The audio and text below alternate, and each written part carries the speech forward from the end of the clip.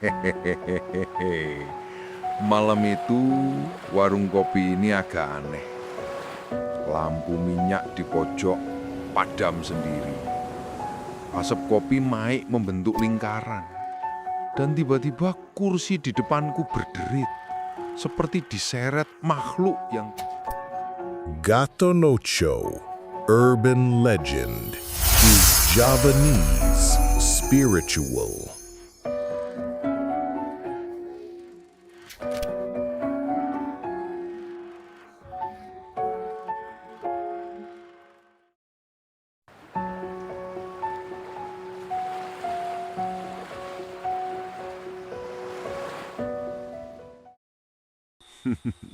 Malam-malam begini, kalau kopi sudah diseduh dan asapnya mulai menari, biasanya bukan cuma manusia yang ngumpul.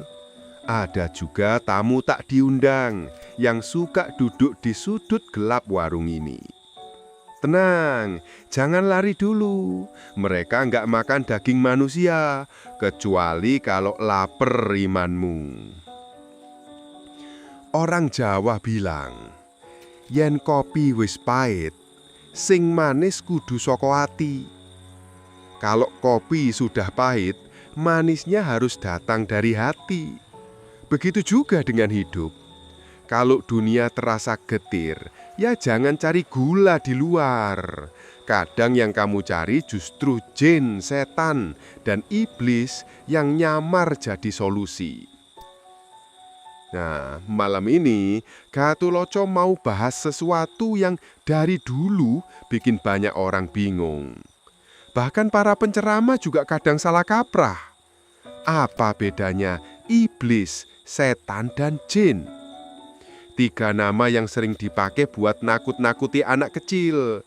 Tapi ironisnya, orang dewasa justru lebih sering jadi temennya.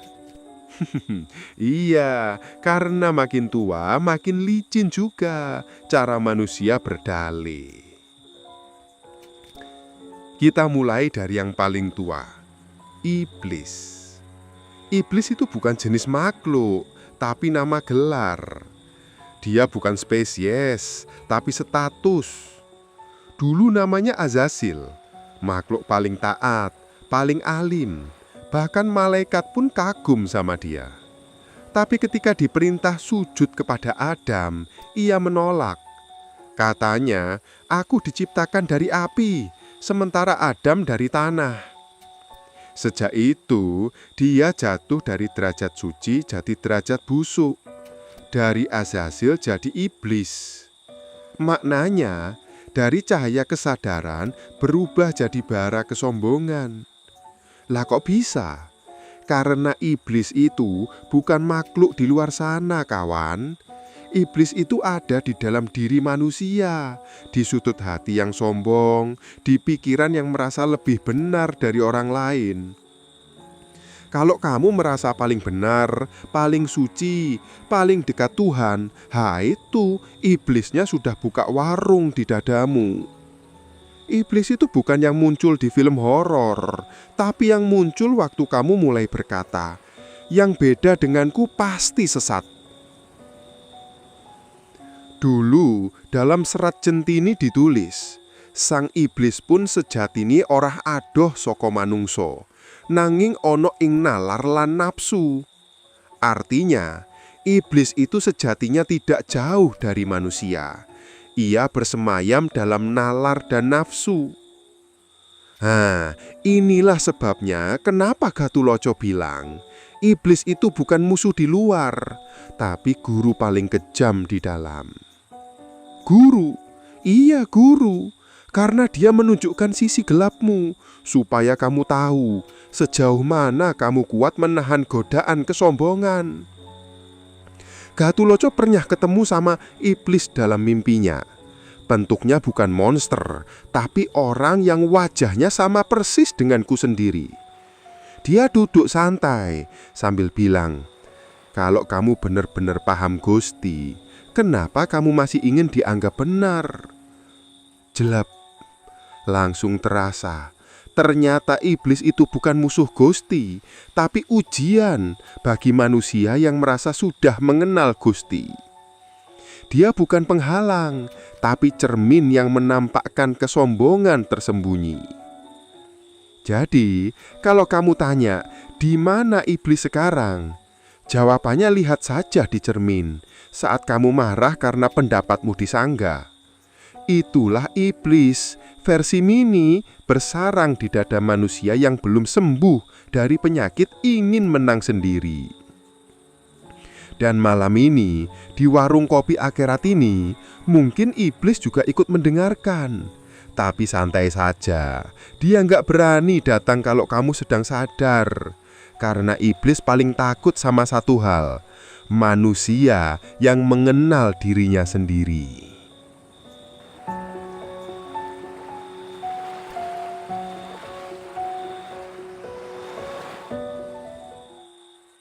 Sekarang kita pindah ke saudara tuanya, setan.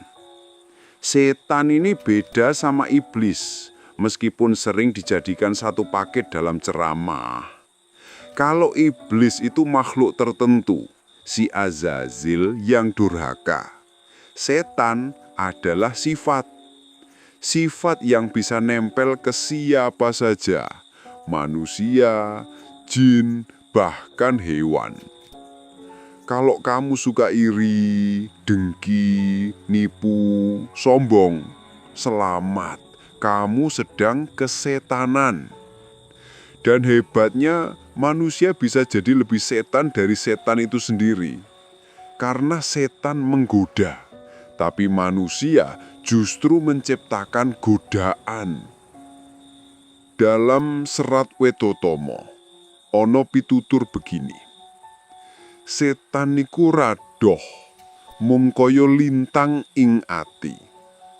Artinya, setan itu tak jauh, ia seperti bintang di dalam hati, berkilau tapi menipu. Kilauan itu yang bikin manusia terlena. Harta, jabatan, cinta, popularitas, semua tampak indah, padahal cuma ilusi. Setan tak pernah memaksa, ia hanya menawarkan cermin mimpi. Coba pikir, berapa banyak orang sholat, tapi niatnya bukan karena Tuhan, melainkan karena ingin dihormati. Berapa banyak yang bersedekah, tapi diam-diam ingin dipuji.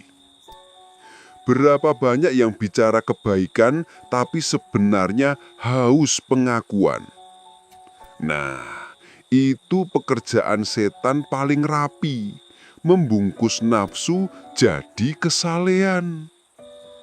Setan tak butuh tanduk atau ekor. Dia hanya butuh satu ruang kosong di dalam hatimu, ketidaksadaran. Begitu kamu lengah, dia menyelinap lewat pikiran.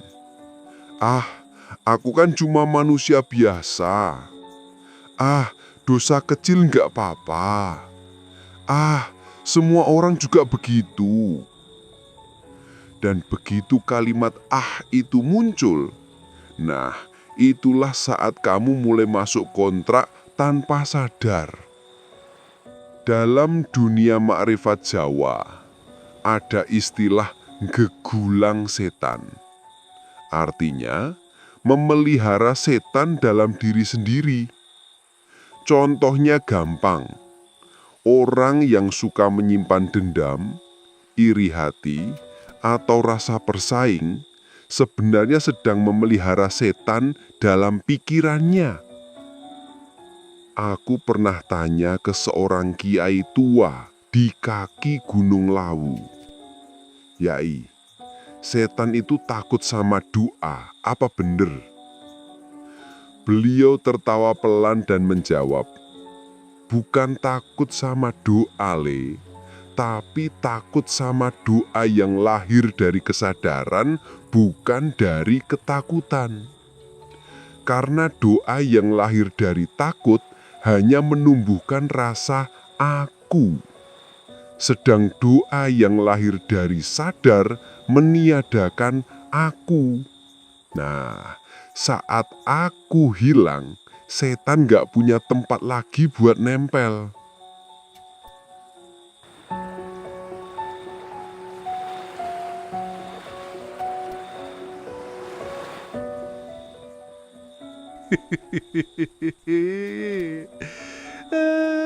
Malam makin larut dan warung ini makin sepi. Tapi hati-hati, jangan pikir kamu sendirian. Karena di keheningan seperti ini, dunia manusia dan dunia halus cuma dipisahkan oleh selapis niat. Kadang mereka datang bukan untuk menakut-nakuti, tapi untuk sekadar ngopi bareng, ikut nimbrung dalam rasa ingin tahu. Nah, sekarang giliran kita bicara tentang jin, makhluk halus yang sering dijadikan kambing hitam untuk semua keanehan hidup.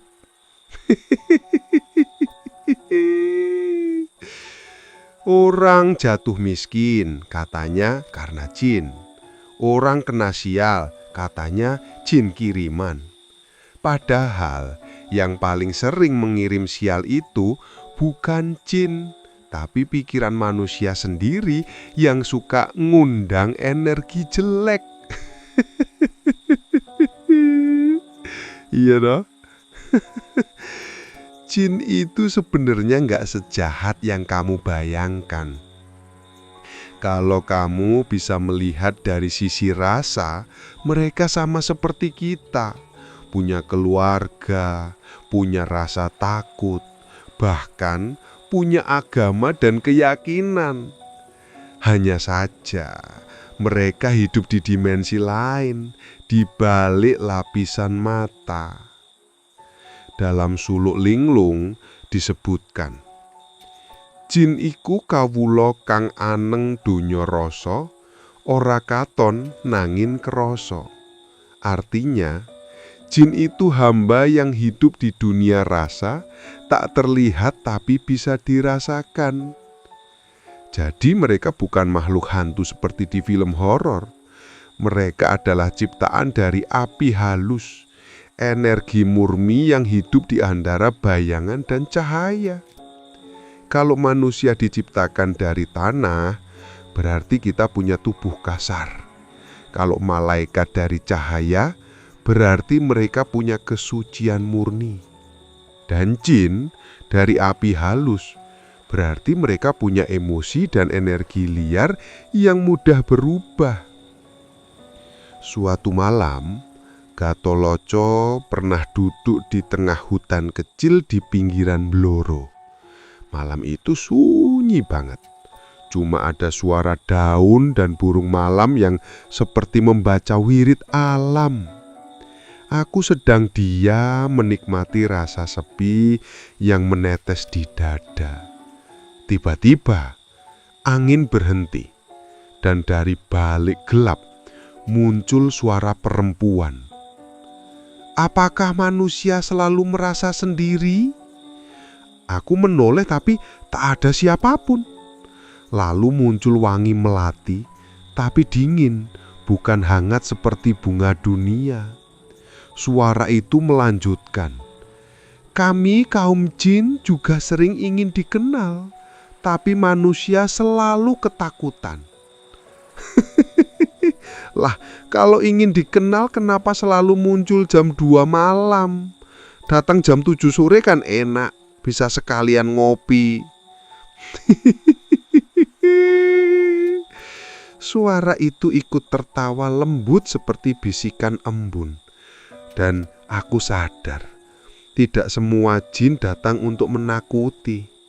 Ada yang datang hanya untuk menuntun, memberi pesan, atau menegur manusia yang mulai sombong. Kata mereka, dunia jin dan manusia itu beririsan dalam kesadaran. Kalau hati kita kotor, maka yang datang adalah jin-jin kotor. Kalau hati kita terlang, maka yang mendekat adalah jin-jin beriman. Sederhana, seperti nyamuk dan bunga. Yang datang tergantung aroma yang kamu keluarkan. Makanya dalam pitutur Jawa kuno ada kalimat alus. Sing resik atine ora bakal kepleset marang jagat gaib. Artinya, siapa yang hatinya bersih tak akan tergelincir dalam dunia gaib.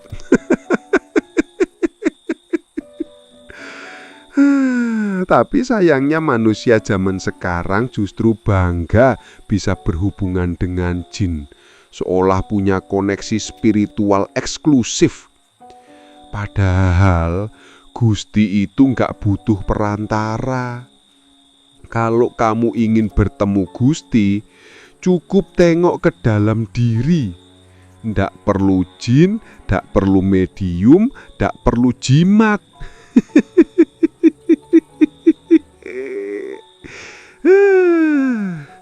Cukup dengan diam, karena Gusti lebih dekat daripada nadi yang berdenyut.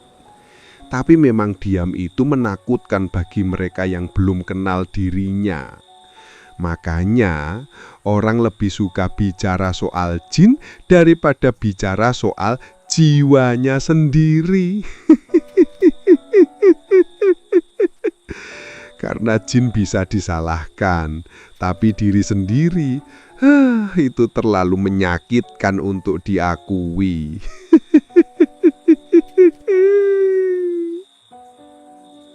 Gatholoco kadang kasihan sama para jin. Mereka dituduh kejam, padahal seringkali cuma bereaksi terhadap energi manusia. Kalau manusia suka marah, iri, dendam, maka itu seperti menyalakan lampu merah di alam mereka. Lampu merah itu tanda ada energi kotor di sini, datanglah. Makanya banyak rumah angker bukan karena ada jin jahat, tapi karena penghuninya sendiri sering penuh amarah, penuh kutuk, penuh pertengkaran. Ruang yang tak dipenuhi cinta pasti diisi yang lain. Jin itu seperti bayangan. Kalau kamu berlari dari cahaya, bayanganmu makin panjang dan menakutkan.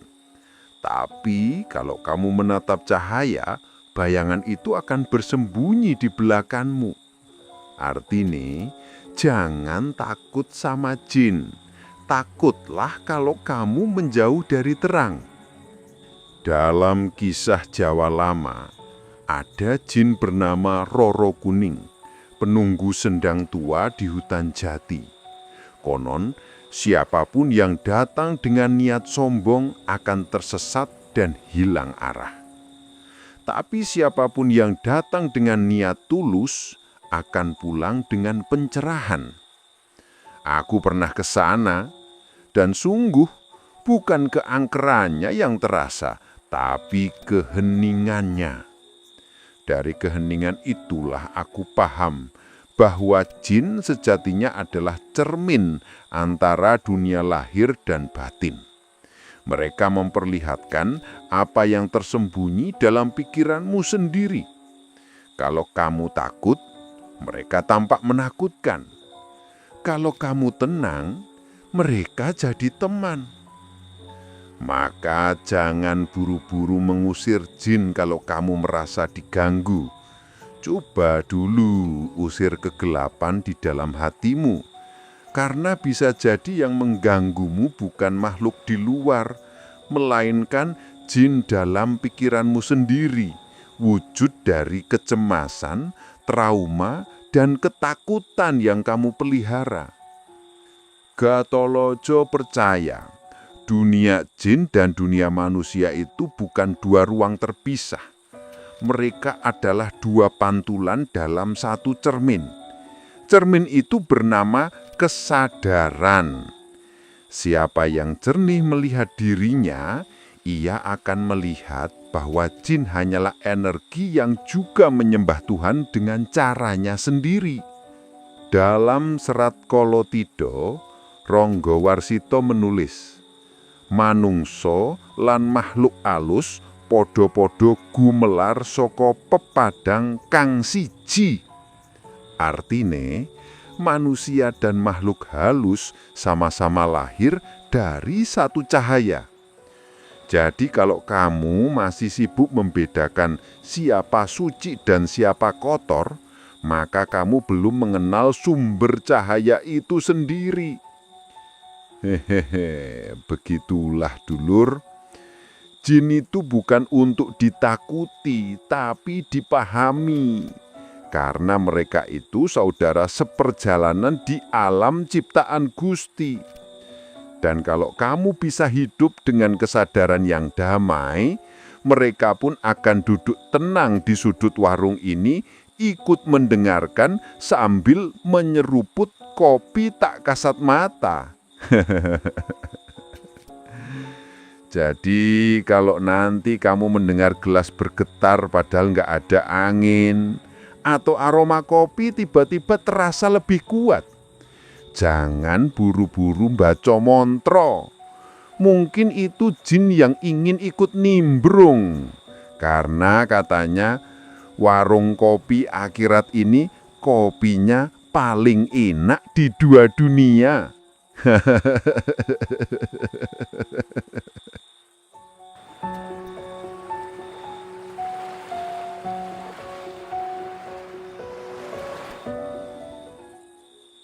Hehehe.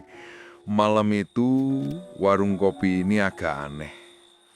Lampu minyak di pojok padam sendiri. Asap kopi naik membentuk lingkaran. Dan tiba-tiba kursi di depanku berderit, seperti diseret makhluk yang tak kasat mata. Aku tahu, tamu-tamu tak biasa sudah datang. Bukan manusia, bukan malaikat, tapi 3 makhluk legendaris yang namanya sering dipakai buat nakut-nakuti anak kecil. Iblis, setan, dan jin. Malam itu mereka duduk satu meja. Dan aku, Gatoloco, jadi tuan rumahe. Mereka datang bukan untuk menggoda, tapi untuk ngobrol. Ya, warung ini memang tempat paling netral di 2 alam. Yang dosa boleh datang, yang suci boleh ngopi, asal mau jujur di hadapan kopi pahit dan hati sendiri. Aku tanya ke mereka, "Lah kalian ini katanya musuh manusia, kok malah duduk santai di sini?" Iblis tertawa, suaranya berat dan bergetar seperti bara api. "Musuh manusia? Manusia itu yang undang kami dengan kesombongan. Aku cuma memberi tawaran, bukan paksaan." Setan menyaut sambil nepuk meja. "Bener, aku cuma moles ego mereka biar tampak indah. Mereka sendiri yang beli ilusi itu dengan harga murah." Jin menatap dari balik kepulan asap kopi. Suaranya lembut tapi menusuk. Dan aku hanya hidup di sela-sela pikiran manusia yang kosong. Kalau pikirannya penuh doa, aku pergi. Tapi kalau pikirannya penuh amarah, aku tinggal di situ. Aku tergelak. Wah, berarti manusia ini pasar kalian semua ya? Iblis jawab dengan nada sinis. Pasar, lebih tepatnya surga bagi para pedagang dosa. Aku tepuk meja pelan. Wah, kalau begitu manusia harusnya buka koperasi aja, biar hasil maksiatnya bisa dibagi rata. Semua tertawa. Bahkan jin ikut cekikikan meski suaranya seperti daun kering tertiup angin. Lalu aku tanya lagi, "Lah kalau begitu, apa yang paling kalian takuti dari manusia?" Mereka terdiam. Hening sesaat, hanya suara kopi yang menetes dari ceret tua. Iblis jawab duluan. Aku paling takut pada manusia yang benar-benar mengenal dirinya. Karena kalau dia sudah tahu siapa dirinya, maka aku tak lagi punya tempat di hatinya. Setan nimpali. Kalau aku takut pada manusia yang bisa menertawakan dirinya sendiri. Karena saat ia tertawa, kesombongan runtuh dan aku hidup dari kesombongan itu. Jin tersenyum samar. Aku takut pada manusia yang hatinya lapang dan sabar. Karena aku hanya bisa tinggal di hati yang sempit dan tergesa-gesa. Aku manggut-manggut sambil menyesap kopi yang sudah dingin. Jadi, kalian bukan makhluk jahat, tapi semacam ujian yang dikirim Gusti, ya? Iblis menatapku, matanya seperti bara mala, tapi hangat. Begitulah Gatholoco. Aku diciptakan bukan untuk menentang Gusti, tapi untuk menguji manusia. Aku ini api. Kalau kau pandai mengendalikannya, kau bisa masak kopi. Tapi kalau kau lalai, kau bisa terbakar sendiri. Setan tertawa. Dan aku ini cermin ego. Tanpa aku, manusia tak tahu seberapa rakus, sombong, dan gila kuasa dirinya. Jin melanjutkan, sedangkan aku adalah bayangan dari pikirannya. Aku hanya seindah atau sekelam isi kepalanya. Aku tersenyum. Lah, kalau begitu manusia ini sebenarnya musuh kalian atau teman? Iblis menjawab, kami bukan musuh, kami mitra. Kami hanya menari sesuai irama pikiran manusia. Kalau dia bernada doa, kami diam. Kalau dia bernada dendam, kami menari. Aku tepuk dada pelan. Berarti manusia yang paling suci pun masih bisa digoda ya? Setan mengedikan bahu. Bukan cuma bisa, tapi sering. Karena yang merasa paling suci biasanya paling mudah kami jebak. Ia sibuk mencari iblis di luar, tapi lupa iblis yang duduk di hatinya. Timbuk kecil di tungku menyala lebih kuat. Suasana sedikit tegang, tapi hangat. Aku teringat pitutur dari Serat Wedatama. Ngelmu iku kalah kone kanthi laku. Setya budya pangekese tur angkara. Artinya, ilmu sejati tercapai dengan laku. Kesungguhan budi menaklukkan sifat angkara. Aku pandangi ketiganya. Lah, kalau begitu kalian ini sebenarnya musuh manusia atau guru? Iblis manggut. Benar, Gatholoco. Tapi manusia lebih suka menuduh daripada belajar. Mereka bilang aku jahat. Padahal yang mereka lakukan lebih jahat. Menyembah Tuhan sambil memaki sesama. Setan menambahkan, mereka mengaku hamba Tuhan, tapi sibuk mengukur surga orang lain. Jin berbisik, dan mereka takut pada kami. Tapi lupa bahwa kami juga ciptaan Gusti. Wah, kalau Gusti dengar kalian ngomong begini, bisa-bisa kalian malah naik pangkat jadi dosen spiritual. Iblis tertawa keras. Gusti itu maha tahu, Gatholoco. Ia tahu bahwa bahkan dari kegelapan pun bisa lahir kesadaran. Dari dosa pun bisa tumbuh pencerahan. Aku angguk-angguk pelan. Berarti selama manusia sadar, kalian kalah. Tidak, jawab setan. Kami tidak kalah. Kami berhenti bekerja. Malam makin larut. Aku menatap langit. Kopi di cangkir sudah habis, tapi obrolan terasa seperti baru dimulai. 3 makhluk itu perlahan memudar, bukan menghilang, tapi kembali ke tempatnya, di dalam pikiran manusia.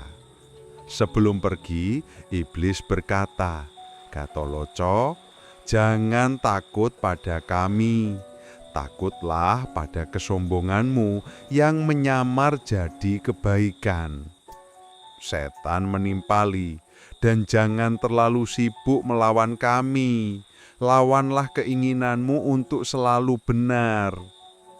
Jin terakhir menunduk, "Dan jangan benci kami, karena kami adalah cermin. Tanpa kami, manusia takkan pernah tahu betapa indahnya cahaya." Malam kembali biasa. 3 kursi itu kosong lagi, tapi aroma kopi masih terasa. Aku tahu obrolan tadi bukan sekedar mimpi. Di dunia ini, iblis, setan, dan jin bukan sedang melawan kita. Mereka hanya menunggu manusia sadar bahwa musuh sejatinya bukan makhluk gaib, tapi diri sendiri yang tak mau bercermin. Aku pun menutup warung dengan satu tawa. Rupanya di warung kopi akhirat bahkan iblis pun bisa jadi tamu.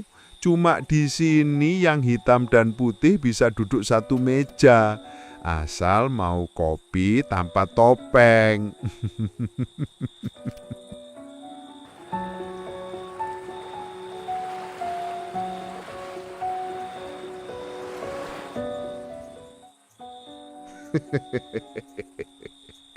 Akhirnya tinggal aku sendiri. Kopi tinggal lampasnya. Bara ditunggu mulai padam. Tapi di dadaku masih menyala sesuatu yang tak bisa dijelaskan. Semacam rasa lega yang lahir dari gelap. Tadi malam aku ngopi bareng iblis, setan, dan jin. 3 tamu yang katanya sumber segala dosa. Tapi ternyata justru mengajarkanku makna pencerahan. Lucu ya, kadang yang dianggap gelap justru menuntun menuju terang. Sedang yang dianggap suci malah membuat buta arah. Kopi terakhir ini pahit, tapi justru disitulah kejujurannya. Kata orang Jawa, urip iku kudu legowo, amarga pahit ora mesti salah. Hidup harus legowo, karena kepahitan belum tentu kesalahan. Begitu pula dengan dosa, kawan. Dosa itu bukan kutukan, tapi pengingat bahwa kamu masih punya hati nurani. Kalau kamu merasa bersalah, berarti kamu masih hidup. Yang lebih berbahaya justru orang yang merasa paling benar. Karena dari situ lahirlah iblis yang berwujud manusia. Aku jadi inget waktu kecil. Simbahku pernah bilang, "Le, nek kue ketemu wong sing nyebut awake suci, kuwi tandanya dheweke durung ngerti Gusti." Artinya, nak, kalau kamu bertemu orang yang mengaku suci, itu tanda ia belum mengenal Tuhan. Karena Gusti itu bukan butuh kesempurnaan, tapi kejujuran hati. Tuhan tidak meminta manusia jadi malaikat, tapi cukup jadi manusia yang berani melihat luka dan tetap tertawa. Tadi iblis bilang, "Aku tak bisa menggoda manusia yang sadar dirinya." Setan bilang, "Aku takut pada manusia yang bisa menertawakan dirinya." Dan jin bilang, Aku pergi dari manusia yang hatinya lapang. 3 kalimat itu berputar-putar di kepalaku seperti mantra. Lalu aku paham bahwa perang sejati bukan antara manusia dan makhluk halus, tapi antara kesadaran dan keangkuhan. Manusia terlalu sibuk mencari iblis di luar. Padahal yang paling berbahaya adalah iblis yang memakai jubah kebaikan di dalam dada. Terlalu sibuk menuding setan di dunia, padahal setan yang paling licik adalah pikiran yang tak mau berubah. Terlalu sibuk menakuti jin, padahal jin paling jahat adalah bayangan sendiri yang tak mau dihadapi. Aku tertawa sendiri karena semua ini seperti sandiwara suci, di mana dosa dan pencerahan sebenarnya duduk di meja yang sama, cuma dipisahkan oleh cara pandang. Kalau kamu melihatnya dengan takut, kamu menyebutnya kegelapan. Tapi kalau kamu melihatnya dengan sadar, kamu menyebutnya pelajaran. Itulah makrifat sejati. Menemukan Tuhan bukan di langit, tapi di setiap detik kesadaran yang kamu hirup. Aku menatap langit. Bintang-bintang bersinar seperti lampu-lampu kecil di jalan menuju keheningan. Malam begitu damai, dan entah kenapa aku merasa semua dosa yang pernah kulakukan sedang menertawakanku dari langit. Tapi bukan tawa menghina. Tawa itu lembut seperti suara Gusti yang berkata, "Sudah Le, dosa itu sudah usang. Yang penting sekarang kamu sadar." Aku mengerti sekarang kenapa para wali dulu bisa tertawa di tengah penderitaan. Karena mereka paham bahwa setiap luka hanyalah pintu ke arah rasa. Dan di ujung rasa itu ada rahasia. Tuhan tidak pernah pergi, bahkan di tengah dosa. Orang sufi bilang, Tuhan itu tersembunyi di balik segala hal yang kamu hindari. Jadi kalau kamu menolak dosa, menolak marah, menolak iri, maka kamu sedang menolak bagian dari sekolah kehidupan yang Tuhan dirikan untukmu. Makanya aku ini nggak terlalu cepat menghakimi orang. Kalau ada orang mabuk, aku cuma bilang, syukur, berarti dia masih bisa tertawa. Kalau ada orang berzina, aku bilang, semoga kelak ia jatuh cinta dengan cara yang benar. Dan kalau ada orang sok suci, aku diam saja. Karena penyakit paling susah disembuhkan itu justru kesucian palsu. Aku jadi ingat pitutur dari Suluk Malang Sumirang. Saben dosa iku kawilujengan kang didelikake. Artinya, setiap dosa mengandung keselamatan yang tersembunyi. Jadi, jangan buru-buru menyesali masa lalumu. Syukuri saja, karena lewat dosa itulah Gusti mengajarkanmu cara mencintai tanpa pamrih. Yang penting, setelah jatuh, kamu bangkit dengan senyum, bukan dengan malu.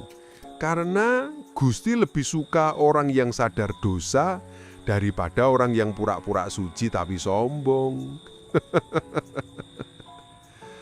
Aku memejamkan mata sejenak.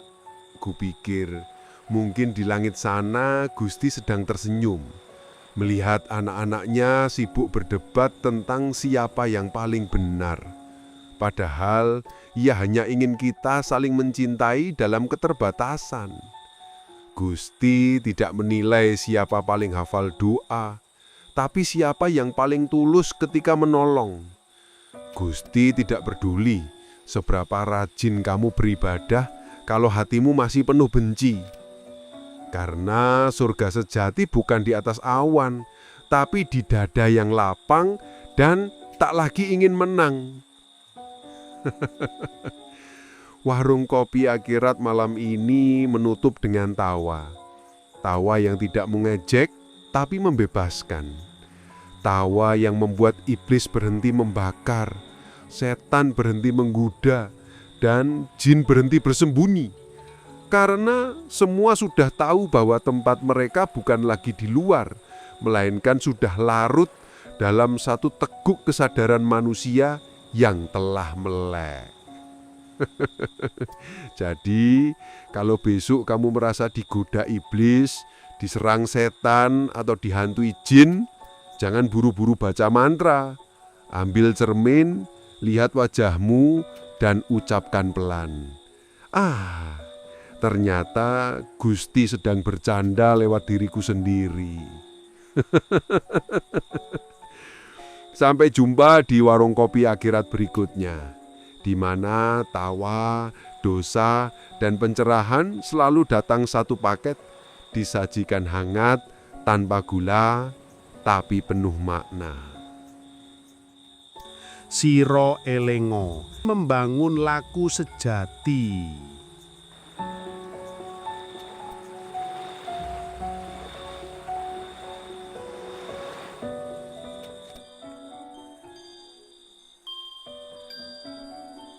Sanadyan pinter ngaji,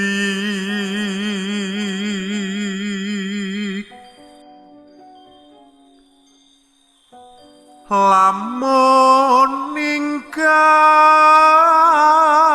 tata krama,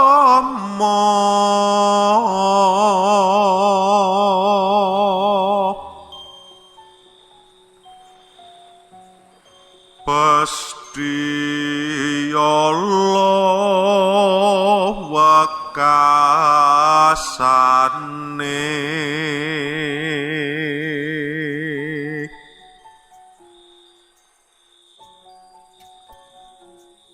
sinandu marang wong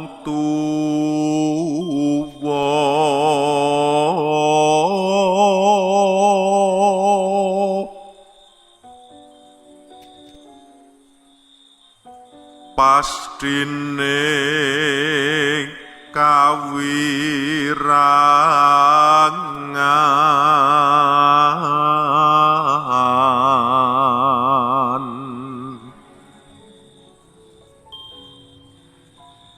iku wis terusing kuku